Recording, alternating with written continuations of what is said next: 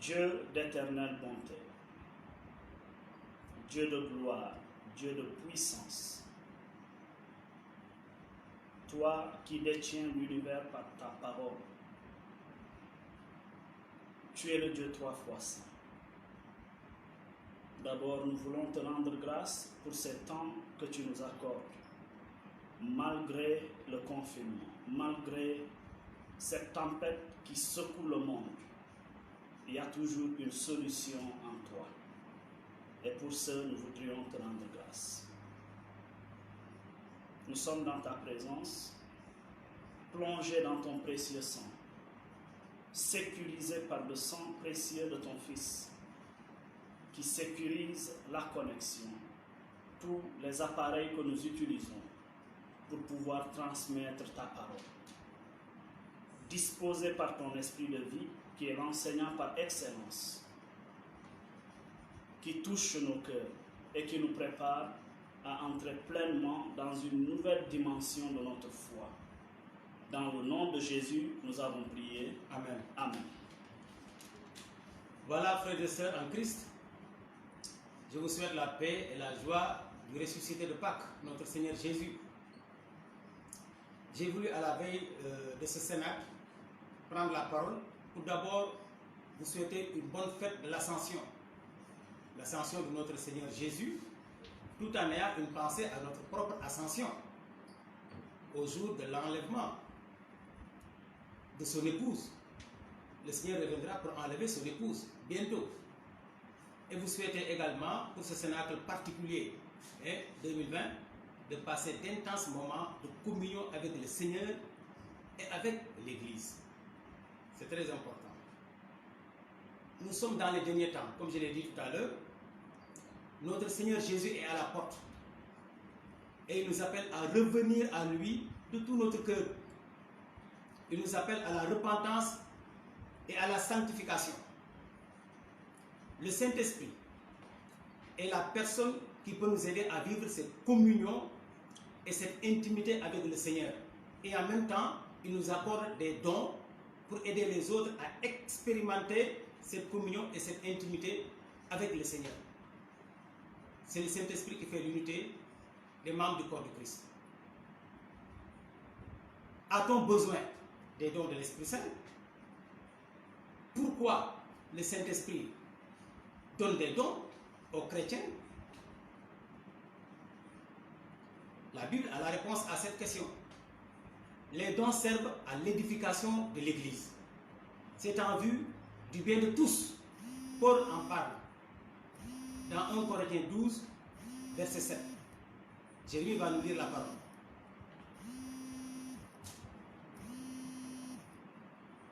En chacun, l'Esprit se manifeste d'une façon particulière en vue du bien commun.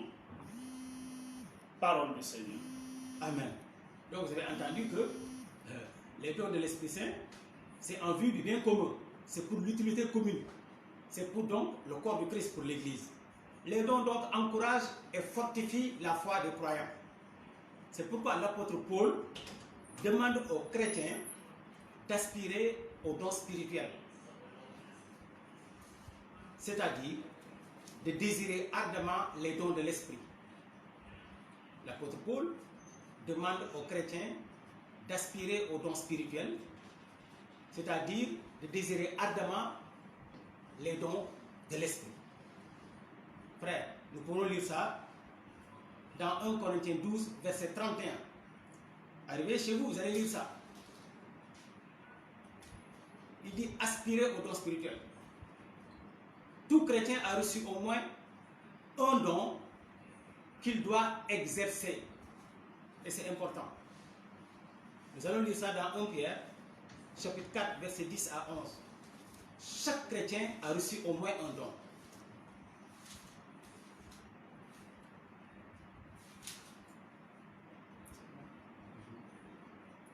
Pierre 4, 10, 11.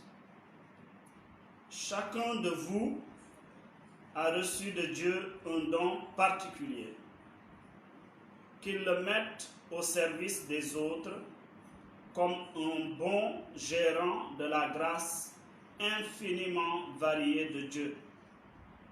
Que celui qui parle transmette la parole de Dieu. Que celui qui sert accomplisse sa tâche avec la force que Dieu donne. Agissez en toutes ces choses de manière à ce que la gloire revienne à Dieu par Jésus-Christ, à qui appartiennent la gloire et la puissance pour l'éternité. Amen. Voilà, et 1 Corinthiens 12 complète. Paul dit que la manifestation de l'Esprit est donnée à chacun. Il dit à chacun. La manifestation de l'Esprit est donnée à chacun. Chaque chrétien a au moins un don qu'il peut exercer pour le bien commun. Et c'est très important. Celui qui méprise un don du Saint-Esprit méprise en réalité le Saint-Esprit lui-même qui est le donateur. Pourquoi mépriser un don du Saint-Esprit? Aucun don n'est négligeable. Tous les dons sont importants. Il dit aspirer au don spirituel. Ce n'est pas demander, il n'a pas dit demander les dons. Les dons sont déjà à toi, mais tu dois tout faire pour les posséder. Dieu te dit, prends mon fils. Mais c'est toi. Donc il dit que ça t'appartient, prends. C'est toi qui dois maintenant faire le geste pour prendre et posséder. Les dons sont à nous parce que le Saint-Esprit est à nous. Mais comment faire maintenant pour posséder ces dons? C'est là où se trouve la difficulté souvent pour nous. Posséder, c'est manifester. Dans la Bible, l'apôtre Paul va montrer à Timothée comment posséder les dons, comment manifester les dons ou bien comment demeurer dans les dons. On va lire 1 Timothée chapitre 4, versets 13 à 16.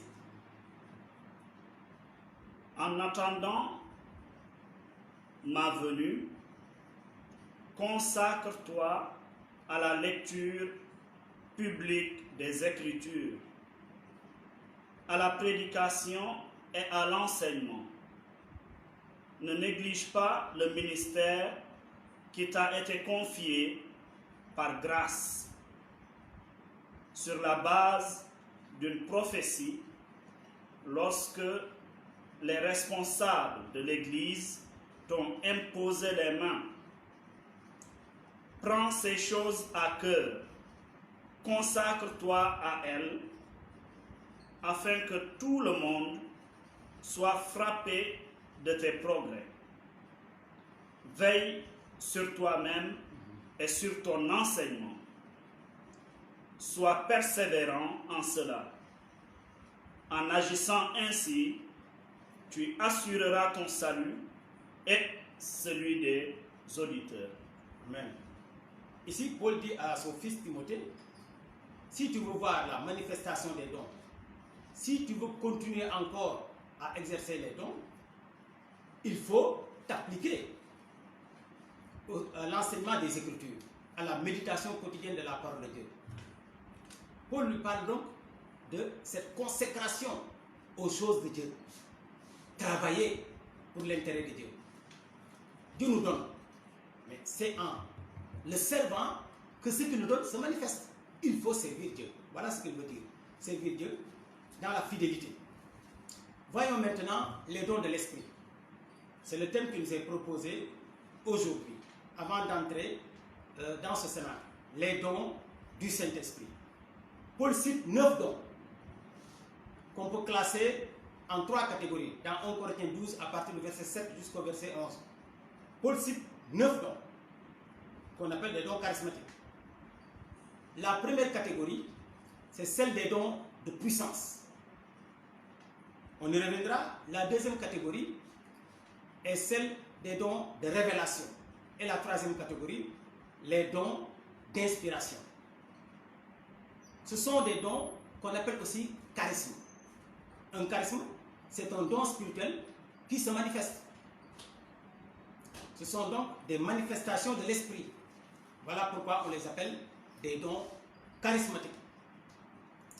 Alors nous allons voir la première catégorie des dons spirituels, notamment les dons de puissance. Les dons de puissance. Alors le premier don, comme je l'ai dit tout à l'heure, on a 3 dons. Les dons de puissance sont au nombre de 3.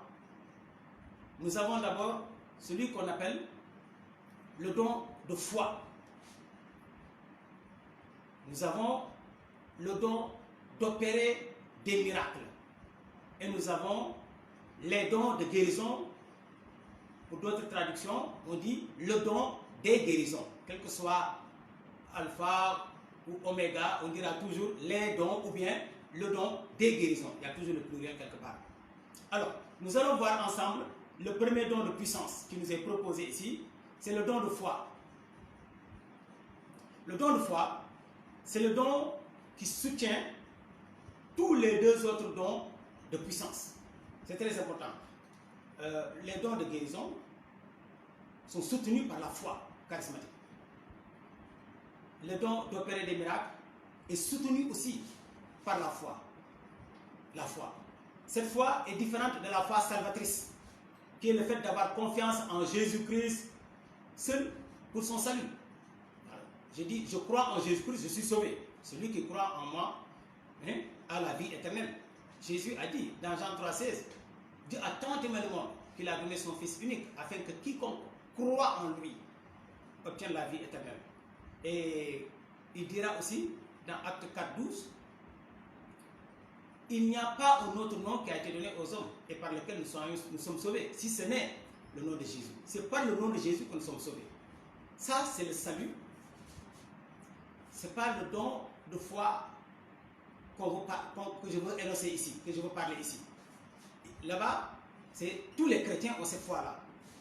La foi en Jésus-Christ pour le salut. Mais ici, il s'agit du don de foi charismatique, c'est-à-dire une foi qui déplace les montagnes, une foi qui se manifeste. La foi se voit, n'oubliez pas ça. La foi, elle se voit. Jésus a dit aux paralytiques, aux 4 personnes qui avaient amené les paralytiques, qu'est-ce que Jésus a dit? Voyant de foi. Il y a la manifestation de la foi. Voyant de foi, et puis Jésus opère donc cette guérison, ce miracle. C'est très important. Donc la foi comme don charismatique est celle qui te permet de déplacer les montagnes, c'est-à-dire les difficultés de ta vie, les obstacles, les adversités, les animosités, les blocages, bref, tous les problèmes. Là où les gens pleurent et sont découragés, tu as la paix et tu es calme.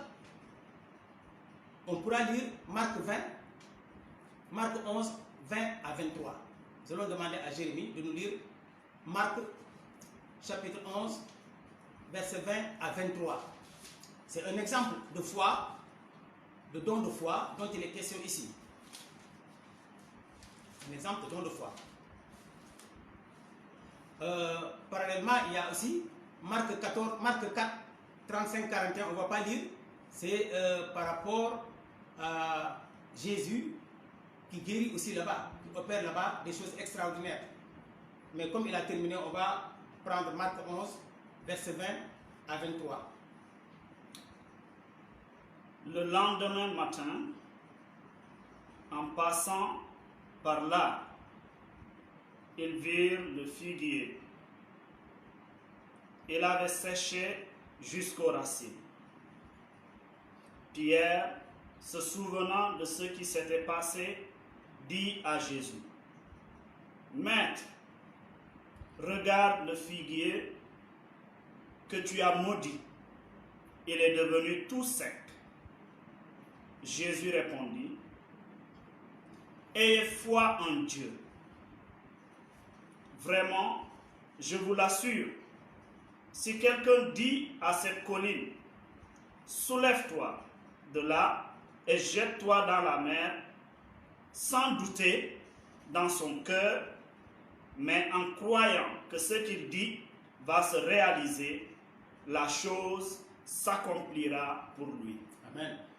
Tu peux préparer Marc 4, 35, 41. Donc on voit ici ce qu'on appelle le don de foi. C'est le don qui déplace les montagnes. C'est le don qu'on exerce. Ici, ce don, ce n'est pas une prière en tant que telle qu'on adresse à Dieu. Non, pour exercer ce don, ce n'est pas une prière qui est adressée à Dieu. On exerce plutôt le don en s'adressant à la situation, à la montagne, au problème. D'ailleurs, c'est le même don pour la même chose qu'on fait pour expulser un esprit mauvais, un démon. La prière s'adresse à Dieu. Mais ici, dans le cadre de ce don de foi ou de la délivrance, on s'adresse à l'ennemi. On commande à la situation de se déplacer. Passons de l'autre côté du lac. Ils laissèrent la foule et amenèrent Jésus sur le lac. Dans la barque où il se trouvait, d'autres bateaux les accompagnaient. Or, voilà qu'un vent très violent se mit à souffler. Les vagues se jetaient contre la barque, qui se remplissait d'eau. Lui, à l'arrière, dormait, la tête sur un coussin. Les disciples le réveillèrent et lui crièrent, « Maître, nous sommes perdus, et tu ne t'en soucies pas. » Il se réveilla, parla sévèrement au vent et ordonna au lac, « Silence, tais-toi. » Le vent tomba et il se fit un grand calme. Puis il dit à ses disciples, « Pourquoi avez-vous si peur? Vous ne croyez pas encore. » Mais eux furent saisis d'une grande crainte. Ils se disaient les uns aux autres, « Qui est donc cet homme pour que même le vent et le lac lui obéissent? » Amen. Donc ici, il ne s'agit pas de dire « Ô Seigneur Jésus, viens, ô Père. » Jésus n'a pas dit « Ô Père, viens », il n'a pas fait une prière. Tu as déjà le don. Si tu as le don de foi, qu'est-ce que tu dois faire? Tu dois maintenant parler à la situation. Jésus a parlé au vent. Il a parlé à la mer. Jésus a parlé au figuier. C'est ça, frère. Devant telle situation de blocage, situation de difficulté, tout ça, tu dois t'adresser à cette situation pour commander à la situation de se déplacer. C'est ça la foi. Donc, le premier don de puissance, c'est le don de foi. Nous allons attaquer le deuxième don.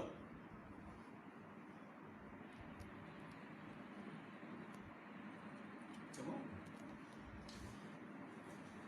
Alors, c'est le don des guérisons ou bien les dons de guérison, selon les Bibles, les traductions.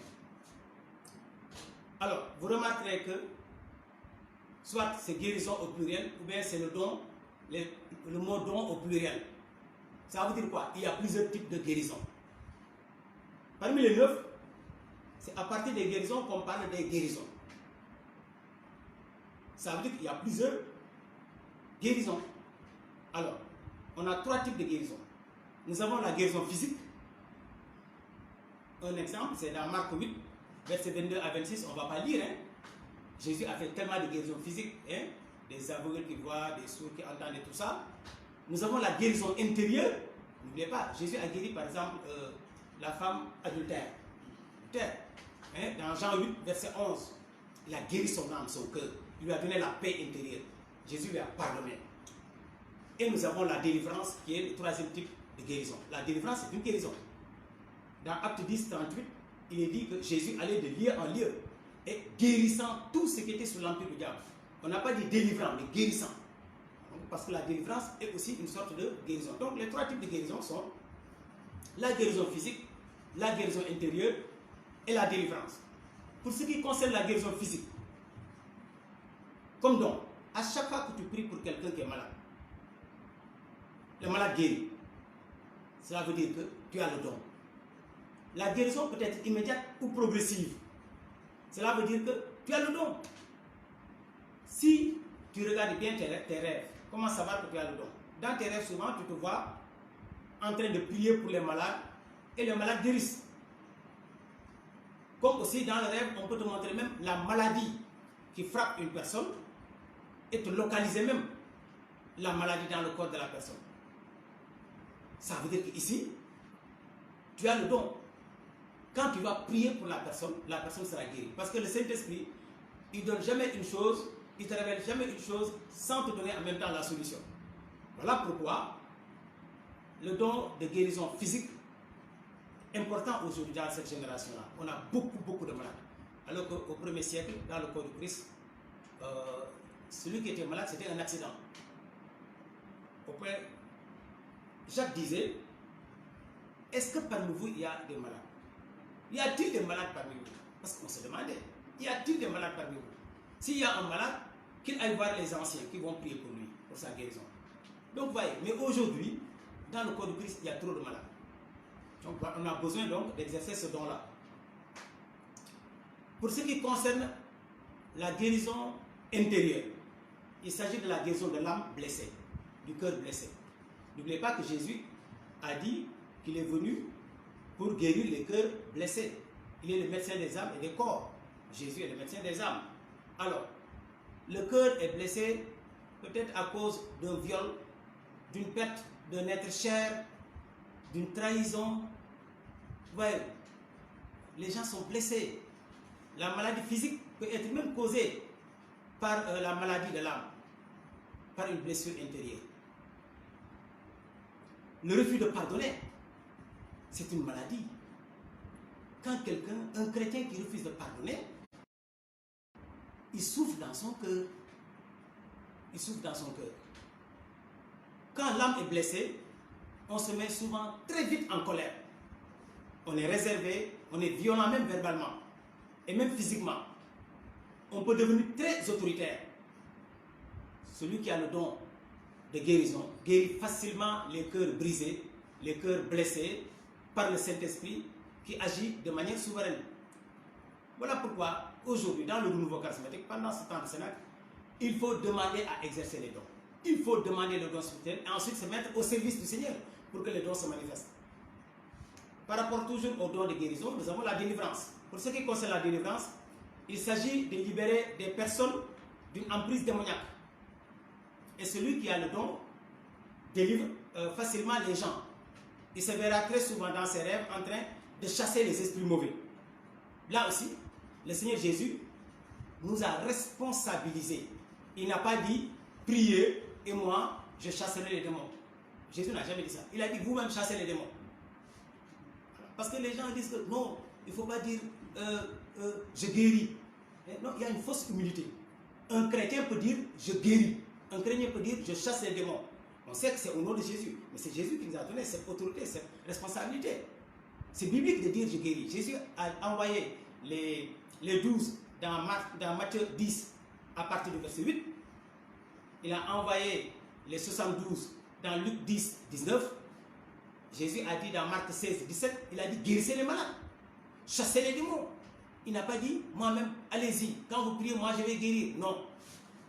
Donc tu dois dire au nom de Jésus, je te guéris. Exercez votre autorité que Jésus vous a donnée. Dans le cadre de la délivrance, comme je l'ai dit tout à l'heure, il s'agit de s'adresser à l'ennemi. Beaucoup de gens sont oppressés aujourd'hui. Beaucoup de gens souffrent de possession démoniaque, d'oppression démoniaque, d'obsession, d'infestation. Beaucoup de gens souffrent. Ils attendent des frères et des sœurs pour les amener au Seigneur, pour leur manifester l'amour de Dieu. L'amour de Dieu. Parce que quand vous délivrez quelqu'un, vous lui manifestez l'amour du Saint-Esprit, l'amour de Dieu. Et beaucoup de gens attendent. Qu'est-ce que nous membres de nous, qu'est-ce que nous attendons pour faire ce travail? Mais tu entends des gens dire, Seigneur Jésus, je t'en supplie, chasse cet esprit mauvais, libère cette personne. Ça, c'est ce qu'on appelle la prière d'intercession. Tu n'as exercé aucune autorité. Si tu crois en la parole de Dieu, quand Jésus te dit, voici les signes qui accompagneront ceux qui auront cru. En mon nom, ils chasseront les esprits mauvais. Vas-y. Si tu crois en Jésus-Christ, si tu fais partie de cette nouvelle espèce de chrétiens, de race, de croyants en Christ, exerce ton autorité. Quand quelqu'un est pressé, commande à l'esprit, parle à l'esprit. On ne parle pas à Dieu, on s'adresse à la montagne. La montagne ici, c'est l'esprit mauvais qui oppresse nos familles, qui fatigue nos familles. On doit les chasser au nom de Jésus-Christ. C'est bon? Voilà donc pour ce qui concerne le deuxième don de puissance, le don de guérison. Nous allons attaquer maintenant le don d'opérer des miracles. Un miracle est un phénomène dont aucune explication naturelle ne peut rendre compte. Ni la médecine, ni rien. C'est ça un miracle. Un miracle, c'est pour susciter la foi. Jésus a dit, si vous ne me croyez pas, selon mes paroles, croyez à cause de ses œuvres, les œuvres de puissance qu'il a manifestées. Les miracles, c'est pour manifester la puissance. Donc l'Église a besoin du miracle aujourd'hui. Le miracle manifeste l'omnipotence de notre Seigneur Jésus, sa puissance, sa grande puissance. Et nous avons plusieurs exemples dans la Bible. La multiplication des pains, la résurrection de Lazare, la guérison du paralytique de la belle porte. Avec le don des miracles, d'opérer des miracles, tu peux faire des choses extraordinaires par la puissance du Saint-Esprit. Le corps du Christ a besoin de ça pour l'édification des frères et sœurs. Le don d'opérer des miracles. Pendant ce sénat, je vous prie, je vous exhorte d'aspirer ardemment à ce don-là. Le renouveau charismatique du Sénégal a besoin de ces dons. Voilà donc les trois dons de puissance. Je rappelle, le don de foi, il s'agit donc de la foi qui déplace les montagnes, la foi où il faut exercer l'autorité que Christ a donnée par rapport à une situation. Tu parles à la situation pour que la situation dégage. Et vous avez les dons de guérison. Nous en avons trois. La guérison physique, la guérison intérieure et la délivrance. Et nous avons le don d'opérer des miracles. Et les miracles, nous savons ce que c'est. Maintenant, deuxième catégorie de dons, les dons de révélation. Les dons de révélation. Ils sont aussi au nombre de trois. Nous avons la parole de sagesse. Nous avons la parole de connaissance, qu'on appelle aussi parole de science, le don de science. Et nous avons le discernement des esprits. Le discernement des esprits. Voilà les trois dons de révélation. Alors nous allons voir le premier don de révélation qui est la parole de sagesse, qui est le don qui soutient les deux autres dons de révélation. Parce que les deux autres dons de révélation, si vous ne voulez pas les exercer, c'est-à-dire le don du discernement des esprits et le don de la parole de connaissance, si vous ne voulez pas les exercer en méprisant les gens, il faut la sagesse. Il faut la sagesse. Donc, c'est le don qui soutient, j'ai dit, les deux autres dons. Dans la Bible, on a Luc 20, verset 25. On a voulu piéger Jésus. Et Jésus dit, montrez-moi une pièce de monnaie.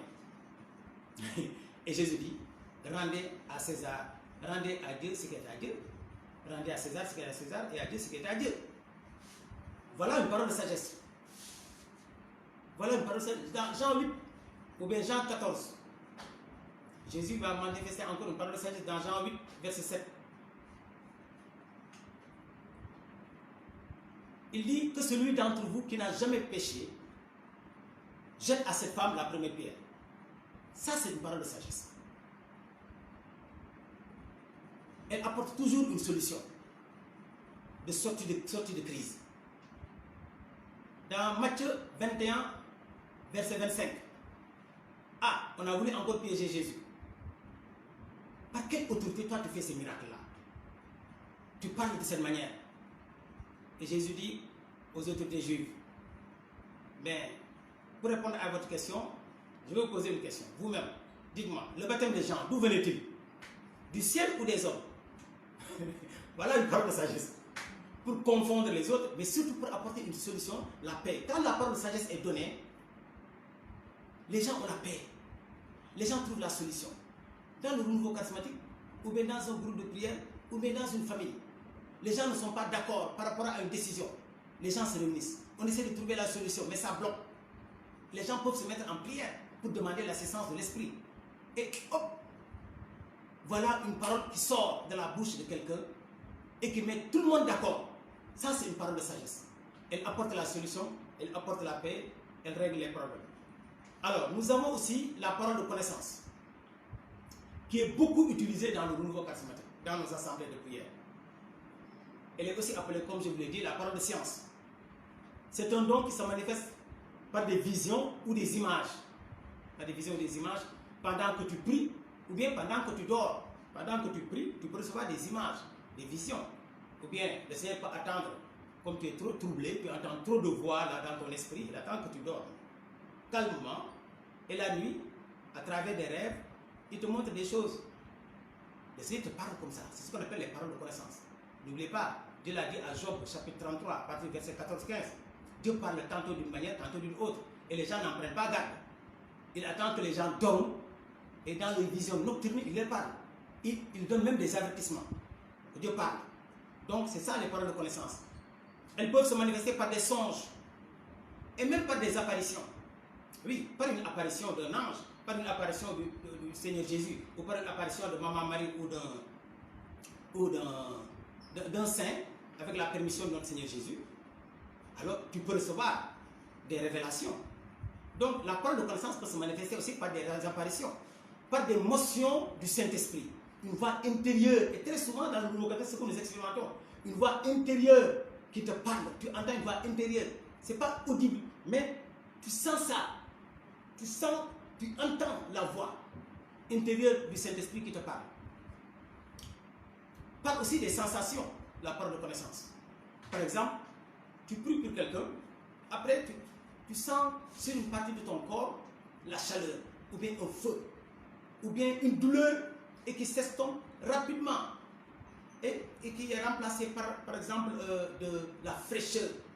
Ça, c'est un signe que le Seigneur était en train d'opérer une guérison. Et tu peux déclarer cette parole de connaissance et tu auras un témoignage. Ah oui, une parole de connaissance peut se manifester aussi de cette manière-là.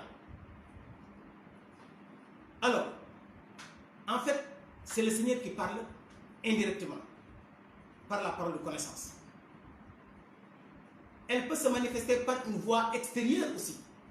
Oui, souvent les frères et sœurs peuvent exploiter ça. Une voix extérieure qui te parle. Et tu déclares ce que tu as entendu. Ça aussi, la parole de connaissance peut se manifester de cette manière. Jésus peut te dire, je vais faire ceci, ou je suis en train de faire ceci. Donc c'est le Seigneur qui te parle. Il nous dit ou il nous montre ce qu'il est en train de faire ou de réaliser dans l'assemblée de prière. C'est à toi maintenant de proclamer cela. La parole de connaissance révèle le passé et le présent d'une situation donnée. Alors, il révèle le passé et le présent, ou les deux à la fois. Elle dévoile. Elle dévoile. Voilà, c'est ça. Elle met à nu. C'est ça la parole de connaissance. Voilà. Mais, attention. Si la prophétie traite le futur, la parole de connaissance se limite au présent. Passé et présent. Dans Jean 4, verset 8, une belle parole de connaissance. Jésus avec la Samaritaine. Jésus a dit à la Samaritaine, c'est vrai ce que tu as dit. Celui, s'il n'est pas ton mari, il dit que tu as eu à avoir 5 maris. Donc Jésus lui a révélé son passé. Il dit, mais l'homme avec qui tu vis présentement n'est pas ton mari. Ça c'est le présent. Et Jésus s'est là. Jésus ne lui a pas dit maintenant, mais je vois que demain, tu auras, si Jésus avait parlé de ça, il serait en train de prophétiser.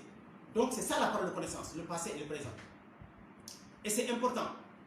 Donc ce que Jésus a dit, mais regardez, Jésus, qu'est-ce qu'il voulait dire exactement? Si c'était moi, ou si c'était nous, sans sagesse, qu'est-ce qu'on allait dire? Aux femmes, je vois que tu avais 5 maris. Aujourd'hui, tu es en train de vivre dans l'impudicité. Parce que celui avec qui tu vis n'est pas ton mari. Tu meurs, tu vas en enfer. Ah, non. C'est pas comme ça qu'on va racheter les âmes. C'est pas comme ça qu'on va sauver les âmes. Jésus a utilisé la sagesse. Jésus a dit la vérité sans heurter la femme, sans blesser la femme. Il a touché la conscience de la femme pour que la femme se convertisse. Et vous avez vu, c'est cette femme-là qui a apporté le premier réveil en Samarie. Avant que Philippe ne retourne en Samarie pour le second réveil. Alors, le troisième don de révélation, je suis au deuxième don, hein, à la parole de connaissance. Je crois que vous avez assez bien compris la parole de connaissance. Elle est souvent utilisée à la troisième personne du singulier. J'ai vu ceci, le Seigneur m'a montré ceci, le Seigneur est en train de faire ceci, tout cela. D'accord. Alors, le troisième don de révélation, c'est ce qu'on appelle le discernement des esprits. C'est un don que nous devons exercer. Je prie pour que pendant ce cénacle, que les frères demandent ce don. Aujourd'hui, dans le corps de Christ, il y a trop de bêtises, trop de dérapages, on ne comprend, on ne sait plus quoi. On ne sait plus quoi faire. Il faut le discernement des esprits, ce don-là, à exercer avec la sagesse. Avec ce don, tu peux connaître l'esprit qui parle derrière une personne ou qui l'utilise. C'est ça le discernement des esprits.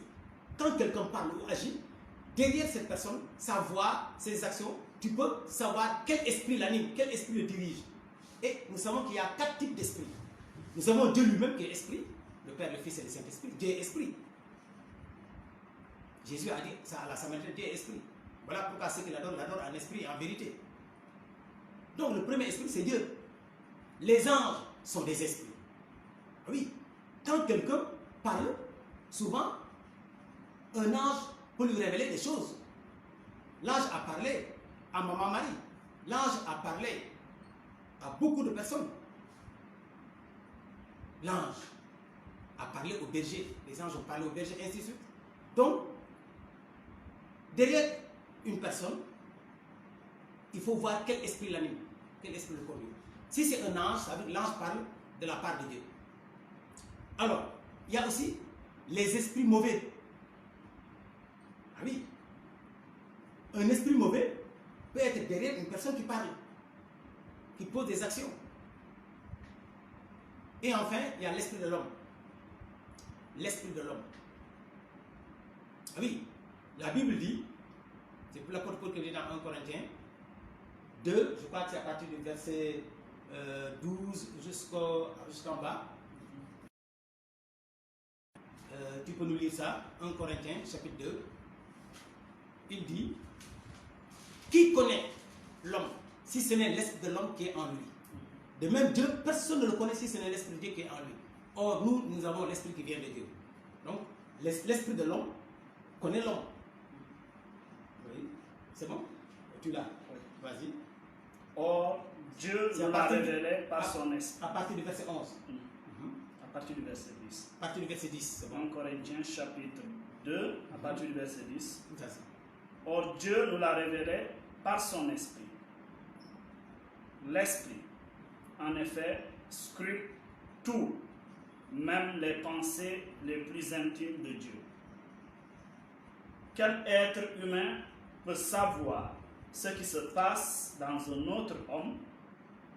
Seul l'esprit de cet homme en lui le sait. De même, nul ne peut connaître ce qui est en Dieu si ce n'est l'esprit de Dieu. Amen. Donc vous voyez, voilà les 4 types d'esprits. Dieu, les anges, les esprits mauvais, Satan et tous les démons, tous les esprits mauvais, ça, et puis l'esprit de l'homme, c'est-à-dire que nous-mêmes, en tant qu'esprit. Voilà les 4 types d'esprits. Donc, quelqu'un peut parler, et ce qu'il dit ne vient pas du tout de Dieu. Mais il ne faut pas dire que ça vient du diable, ça peut venir de lui-même. C'est ce qu'on appelle la chair. C'est bon? Alors, dans une assemblée, maintenant, une personne peut déclarer des choses qui sont en accord avec la parole de Dieu, mais qui ne viennent pas de Dieu. Attention. Voilà pourquoi le discernement des esprits, c'est un don très important. C'est vrai, même si ce n'est pas le don, celui qui n'a pas le don et qui connaît très bien la parole de Dieu, par la parole, tu peux exercer le discernement des esprits, mais ça va rester. Tu peux commettre des erreurs. Pourquoi? Parce que le diable peut utiliser la parole de Dieu. Il l'a fait avec Jésus, hein, le diable. Donc, quelqu'un peut utiliser la parole de Dieu, ce qu'il dit est en accord avec la parole de Dieu, alors que ça vient du diable. Le diable a dit dans Matthieu 4, verset 6, il a dit à Jésus, il est écrit, que si tu te jettes en bas, Dieu va envoyer ses anges. Et ces anges vont te garder pour que ton pied ne heurte pas contre une pierre. Hein? Nous savons que dans le psaume 91, c'est cela qui est dit. Alors, Jésus lui dit, éloigne-toi de moi. Il est dit aussi, Jésus lui dit, il ne faut pas mettre Dieu à l'épreuve. Donc voilà une parole qui est citée, qui vient de la parole de Dieu, mais qui est de la parole de Dieu, mais qui ne vient pas de Dieu. Voilà la source. La source. Le don du discernement des esprits, le Saint-Esprit te le donne pour connaître la source. Même si la personne parle Jésus, Jésus, Saint-Esprit, Saint-Esprit, avec ce don, tu peux savoir qui est derrière. Qui est derrière. Il y a le faux Christ, hein?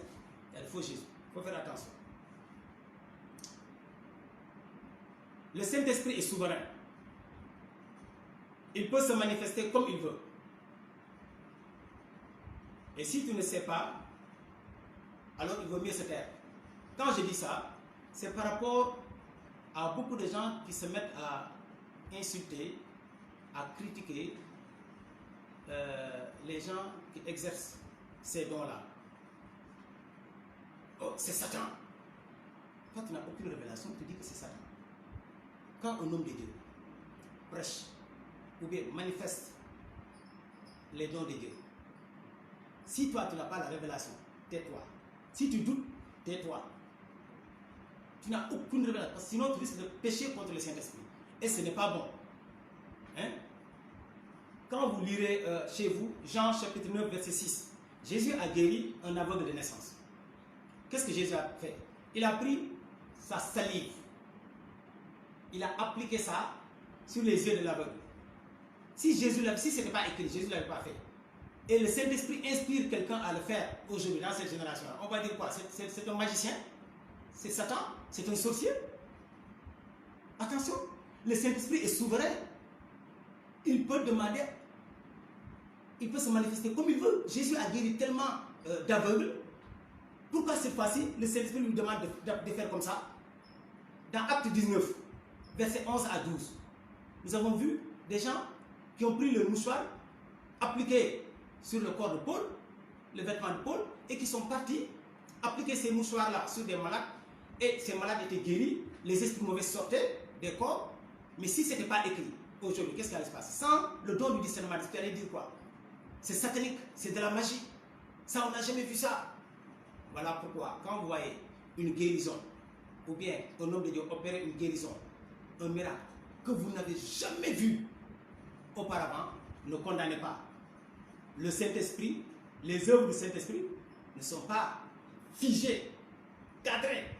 Les actes des apôtres, ça continue jusqu'à présent. Le Seigneur peut se manifester comme il veut. Arrêtez de blasphémer. Attention. Si tu n'as pas la connaissance, vous mieux te taire. Donc, dans une assemblée, le Saint-Esprit peut te montrer des choses, quelque chose de vrai. Mais il ne te demande pas d'humilier les gens. Là aussi, par rapport au discernement des esprits. C'est très important. Tu vas dans l'assemblée, tu exerces, tu dis, toi ma soeur, je vois, tu as un esprit qui te pousse à coucher avec tous les hommes du quartier. Là, tu humilies la soeur dans l'assemblée. Ce que tu as dit est vrai. Mais tu n'as pas la sagesse. Tu n'as pas utilisé le don de la parole de sagesse. Comme Jésus l'a fait avec la Samaritaine. Le Seigneur ne nous demande pas d'humilier les gens. Il te révèle une chose, tu peux attendre la fin de l'assemblée pour interpeller la personne, ou bien tu peux parler à l'impersonnel. Tu peux dire, il y a une personne dans cette assemblée qui vit cette situation sans indexer la personne, sans identifier la personne. Et à la fin, la personne viendra. C'est important. Donc, dans nos assemblées, qu'on soit un peu sage, qu'on manifeste un peu la sagesse. Je tiens à préciser que le don de la parole de sagesse, dont il est ici question, est différent du don de sagesse. Dans les 7 dons de l'esprit, on parle de l'esprit de sagesse et d'intelligence, de conseil et de force, de connaissance et d'affection filiale et l'esprit d'adoration. Ici, il s'agit de la parole de sagesse. Elle se manifeste de temps en temps quand on en a besoin. On en a besoin. Voilà donc les 3 dons de révélation. Je crois que j'ai parlé des 3 dons de révélation, Jérémie. Alors maintenant, nous attaquons les dons d'inspiration. Les dons d'inspiration. Nous en avons 3 aussi. La prophétie, le parler en langue et l'interprétation des langues. Ces 3 dons sont aussi, je peux dire, avec la parole de connaissance, les dons les plus utilisés dans le nouveau charismatique. Nous allons voir un peu la prophétie.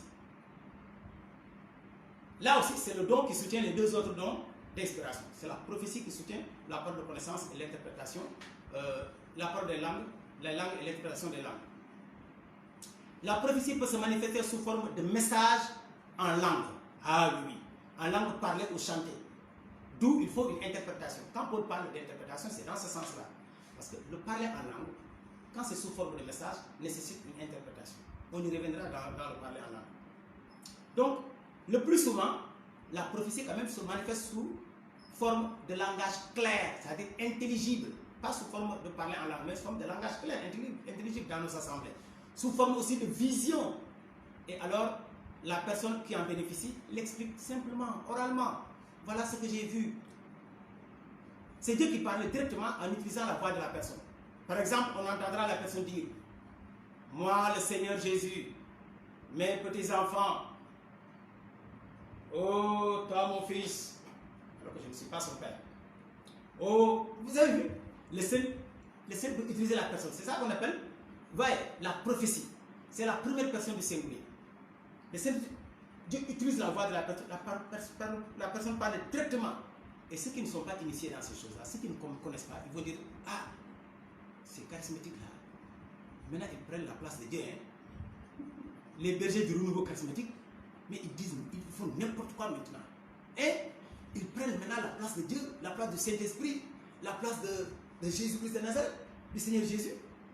Ouais. C'est Dieu qui parle à travers la personne. Si c'est authentique, bien entendu. Aujourd'hui, dans nos groupes de prière, il suffit qu'une personne se mette à donner des paroles de prophétie pour qu'on la prenne pour un prophète. Dans le nouveau charismatique, aujourd'hui, on a beaucoup de prophètes. Je n'ose pas dire de faux prophètes. Mais on a beaucoup de prophètes. La prophétie est un don. Et le prophète est un ministère. Ce que je peux dire, ici au Sénégal, je ne connais pas un prophète. Je n'ai pas vu un prophète. On peut avoir le don de prophétiser, mais on n'est pas un prophète. Attention, le don de prophétie s'exerce dans l'église locale. C'est un don qu'on exerce dans le groupe de prière, dans l'assemblée. C'est un don qu'on exerce dans l'église locale. Alors que le ministère prophétique, le don de prophète, s'exerce dans tout le corps du Christ. C'est un don qui permet d'orienter l'église. Par exemple, dans ces temps de coronavirus, on a besoin des prophètes qui nous orientent, qui nous disent: mais nous sommes dans quel temps? Jésus a dit: il faut savoir lire le signe des temps. Les prophètes orientent le corps du Christ. Les prophètes dirigent, permettent à l'église de savoir dans quel temps nous vivons. C'est ça le prophète. Mais ce n'est pas dire des paroles de connaissance à gauche et à droite. Aujourd'hui, quand quelqu'un commence à dire, donner des détails sur la vie d'une personne, toi là, il y a tel esprit dans ton village qui vous fatigue, et cet esprit-là te fatigue. Je vois cet esprit dans ta famille, on dit: ah, c'est un prophète. Non, il a le don du discernement des esprits, mais ce n'est pas un prophète. Hein? Ou bien, hier, Jérémie, hier, ta femme, Madeleine, t'a préparé le mboroché. Tu as mangé le mboroché. Et après avoir mangé, tu l'as bien remercié que tu lui as acheté une bouteille de Coca-Cola. Et aujourd'hui, elle t'a encore préparé le mboroché. Tu es en train de dire les paroles de connaissance, les gens disent que tu es un prophète. Non! La prophétie c'est ça. La parole de connaissance, c'est ça. Mais un prophète, il ne fait pas. Et un prophète, bien entendu, donnera des paroles de connaissance, donnera des paroles de prophétie et tout ça. Mais le prophète, c'est beaucoup plus large. Il s'adresse, il oriente le corps du Christ. C'est très important. Donc, ne pas confondre. Donc, je dis que, moi, en tout cas, au Sénégal, je ne connais aucun prophète.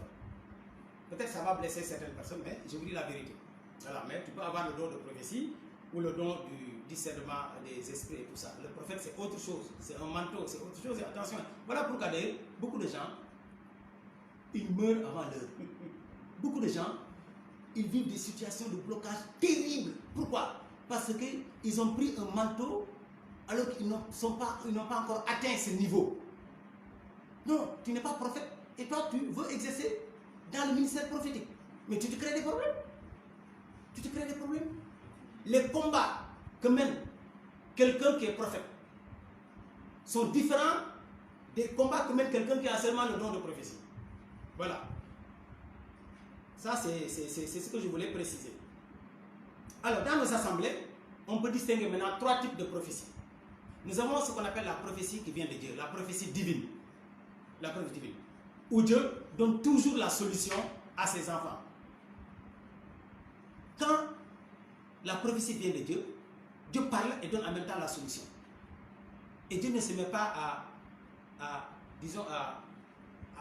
lancer des malheurs envers ses enfants. Non, la prophétie qui vient de Dieu a 3 caractères, comme le dit Paul dans 1 Corinthiens 14, verset 3.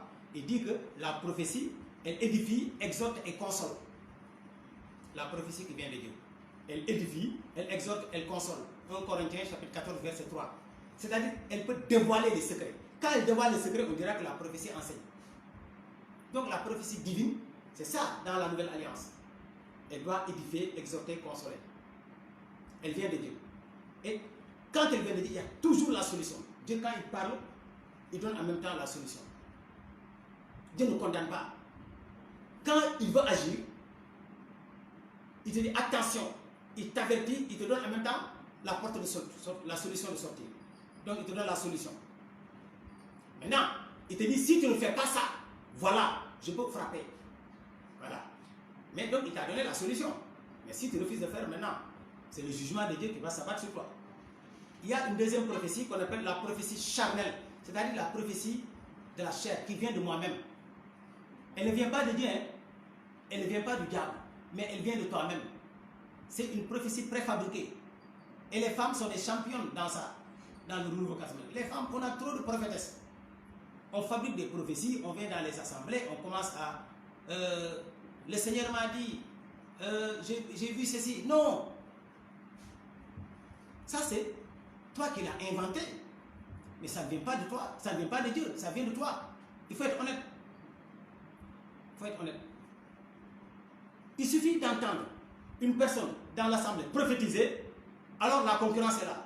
Tout le monde va prophétiser pour se faire voir, ou bien pour préparer les prochaines élections. Ouais, parce que dans les assemblées, souvent c'est comme ça. Hein? Pour être élu, pour se faire voir, pour que tu occupes, n'est-ce pas, donc le poste de berger ou autre chose, alors il faut que dans l'assemblée, tu commences déjà à livrer des paroles de connaissance, de prophétie, et que tout le monde vienne vers toi, tu préfabriques des...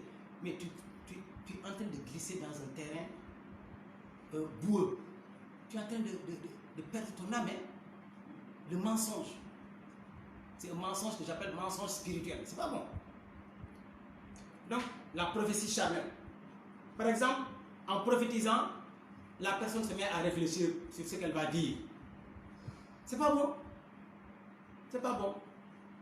Préfabriquer des prophéties, venir et puis, voilà, parler de ça. Ou bien faire du cinéma. Il y a des gens, au lieu de prophétiser simplement, ils vont se mettre à se tournoyer, à faire des grimaces. Oh, le Seigneur Jésus me dit, oh Seigneur Jésus, oh, repentez-vous frère, moi mon Seigneur, moi Yahvé, je vous dis, Quel est ce cinéma-là? Mais parle simplement. Tu n'as pas besoin de tout ça pour te faire croire. Si ça vient de Dieu, mais ne prends pas la place de Dieu. Dieu est glorifié, mais ce n'est pas toi. Tu veux que les gens croient que ça vient de Dieu. Si ça vient de Dieu, laisse. Si les gens ne croient pas, c'est le problème. Si les gens croient, laisse le Seigneur faire. Laisse-le faire. Tu ne peux pas obliger les gens à croire. La foi, elle se propose. On n'oblige personne à recevoir la foi en Christ. Il faut proposer la foi. C'est très important. Donc, dans la prophétie, dans la prophétie divine, il n'y a pas de contradiction. Souvent dans la prophétie charnelle, il y a la contradiction. Il faut faire très attention. Donc, la prophétie charnelle, frères et sœurs, il faut abandonner. Et la troisième prophétie, c'est la prophétie satanique. Bon, là, quand même, il n'y a pas trop grand chose à dire. Tout ce qui est contraire à la parole de Dieu et du diable ne vient pas de Dieu. c'est une prophétie, la prophétie satanique, où le diable, où on lance des malédictions. Toi, tu dis que tu es chrétien, tu prophétises en maudissant les gens. Ça, c'est quoi ça? Et tu dis que c'est une prophétie divine. Dieu ne maudit pas. Dieu peut avertir, après frapper. La personne qui prophétise ainsi, en maudissant les gens, a besoin de délivrance. Il nous avertit, si le mal commis doit aboutir à la malédiction, Dieu nous avertit. Le mal maintenant commis, si on ne change pas, aboutir, mais Dieu ne maudit pas. Donc la prophétie satanique, elle est contraire à la parole de Dieu. Bien entendu, je vous ai dit tout à l'heure, elle peut être en accord avec la parole de Dieu alors qu'elle vient du diable. Ça aussi, il faut faire attention. Voilà pourquoi dans le discernement, il y a tout un tas de choses qu'il faut voir. Mais celui qui a le don, là c'est plus facile. D'accord. C'est bon? Voilà donc par rapport à la prophétie. Et c'est très important. Aujourd'hui, si tu exerces le don de prophétie, limite-toi à ça. Ne te prends pas pour prophète. Et ne courez pas le risque. En fait, c'est les frères du renouveau charismatique qui rapidement appellent quelqu'un prophète, ou prophétesse. Et toi qu'on appelle prophète ou prophétesse, refuse maintenant. Si tu m'entends, si tu es dans le renouveau charismatique catholique du Sénégal, si on t'appelle prophétesse ou prophète, refuse.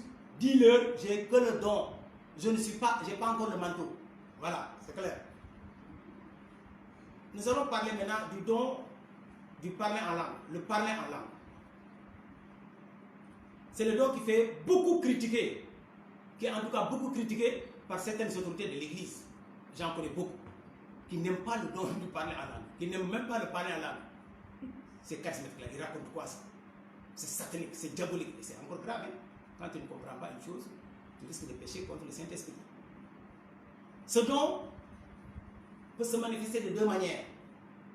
Une autorité a dit à quelqu'un qui me l'a rapporté, et vous là, quand vous mettez à parler en langue là, on ne comprend même pas. Ça c'est pas de parler en langue. Les apôtres quand ils ont parlé en langue, tout le monde comprenait. Mais j'ai dit à ce frère là, mais tu as les réponses dans la parole de Dieu. Prends les textes et va voir cette autorité religieuse et voilà, parle-lui, montre-lui les Écritures. Parce qu'en réalité, ce don peut se manifester de deux manières. Il y a la langue des hommes et la langue des anges. La langue des hommes, c'est ce don-là qui s'est manifesté le jour de la Pentecôte, dans Acte 2, à partir du verset 4. C'est clair? Mais la langue des anges, quand vous lirez 1 Corinthiens, chapitre 14, il va nous lire ça, verset 1 à 4, vous allez comprendre.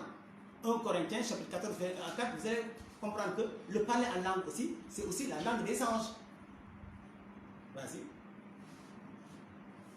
Ainsi, recherchez avant tout l'amour.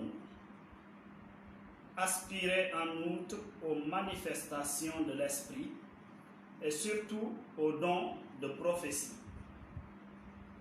Celui qui parle dans une langue inconnue s'adresse à Dieu et non aux hommes.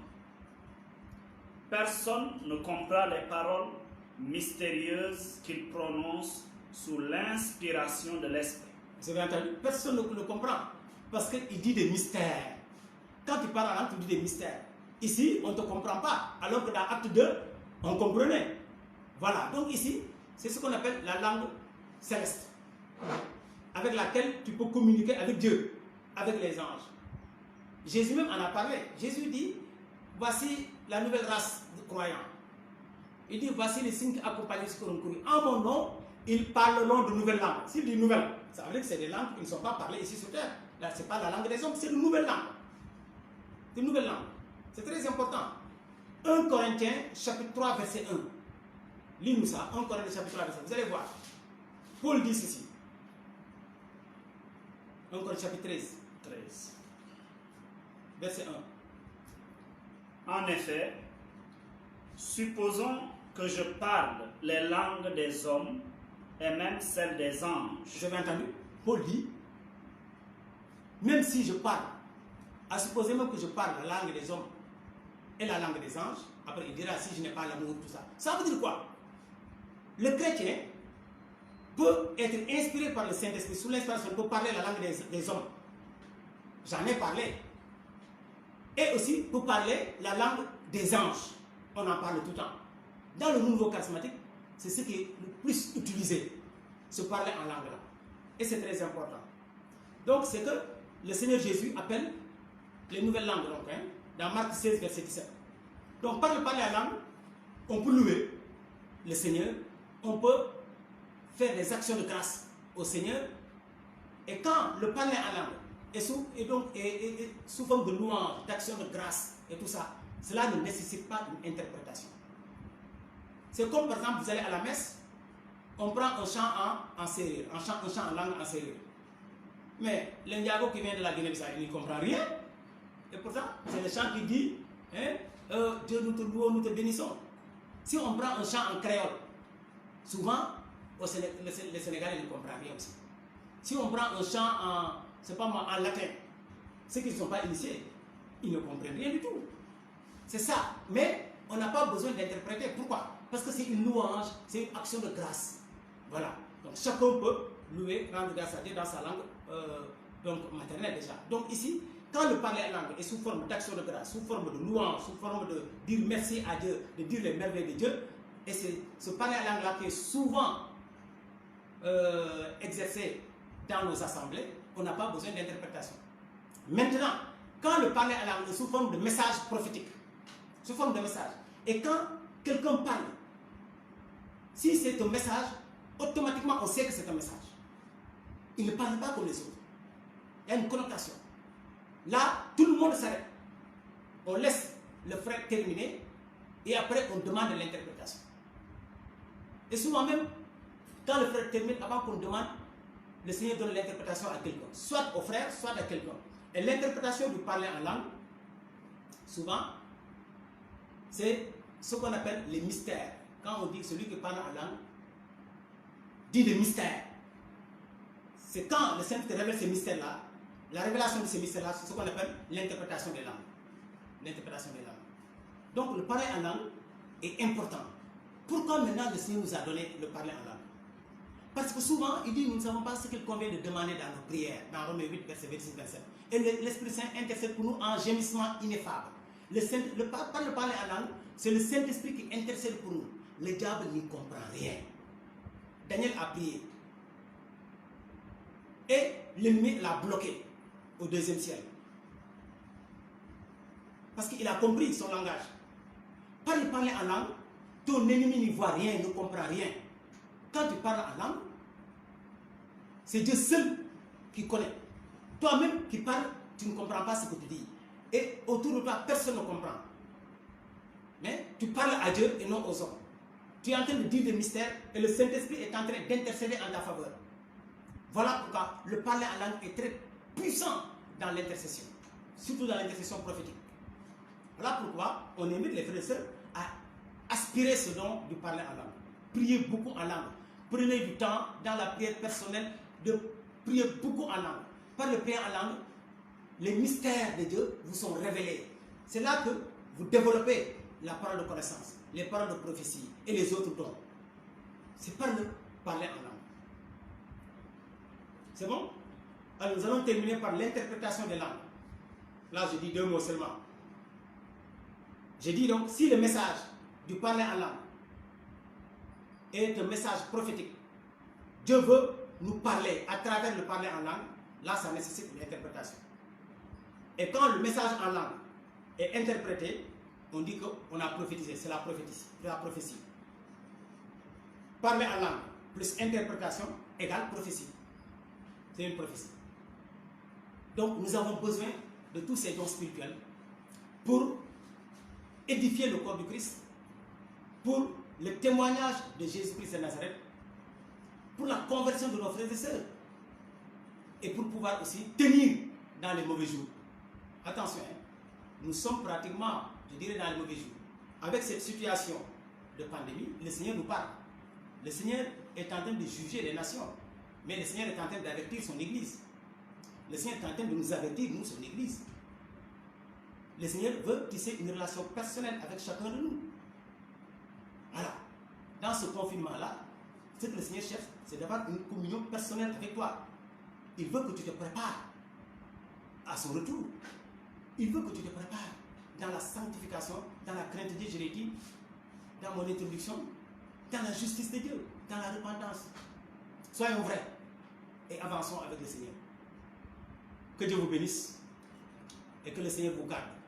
Et vraiment que ce cénacle soit un cénacle fructueux et que le Saint-Esprit abonde ses dons, ses charismes en vous et que notre Seigneur Jésus que nous attendons nous aide par le Saint-Esprit à préparer nos vêtements blancs, propres, pour l'accueillir en tant qu'épouse. Que le Seigneur vous bénisse. Nous avons prié au nom du Père et du Fils et du Saint-Esprit. Amen. Merci Seigneur.